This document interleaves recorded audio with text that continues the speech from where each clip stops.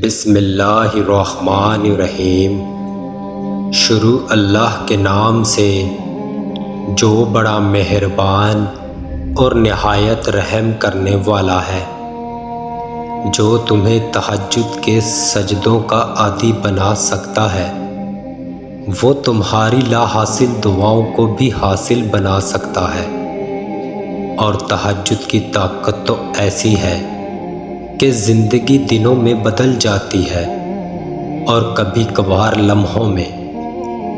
جس رات نیند نہ آ رہی ہو، اس رات اللہ چاہتا ہے کہ مجھ سے میرا بندہ باتیں کرے، اپنے دل کا بوجھ ہلکا کرے، جو بھی من میں ہے سب کہہ دے۔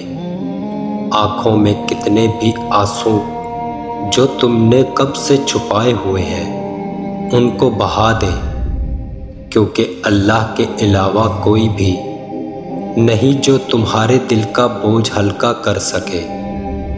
اس کے در پہ جا کے صرف ایک بار ہلکا سا ہی کہہ دو کہ اے اللہ، میں آ گیا ہوں، بس مجھے تھام لے، اپنی رحمت کے سائے میں مجھے سمیٹ لے۔ کوئی نہیں اب آپ کے سوا جو مجھے سنے، پھر تم دیکھنا وہ کیسے تھام لے گا۔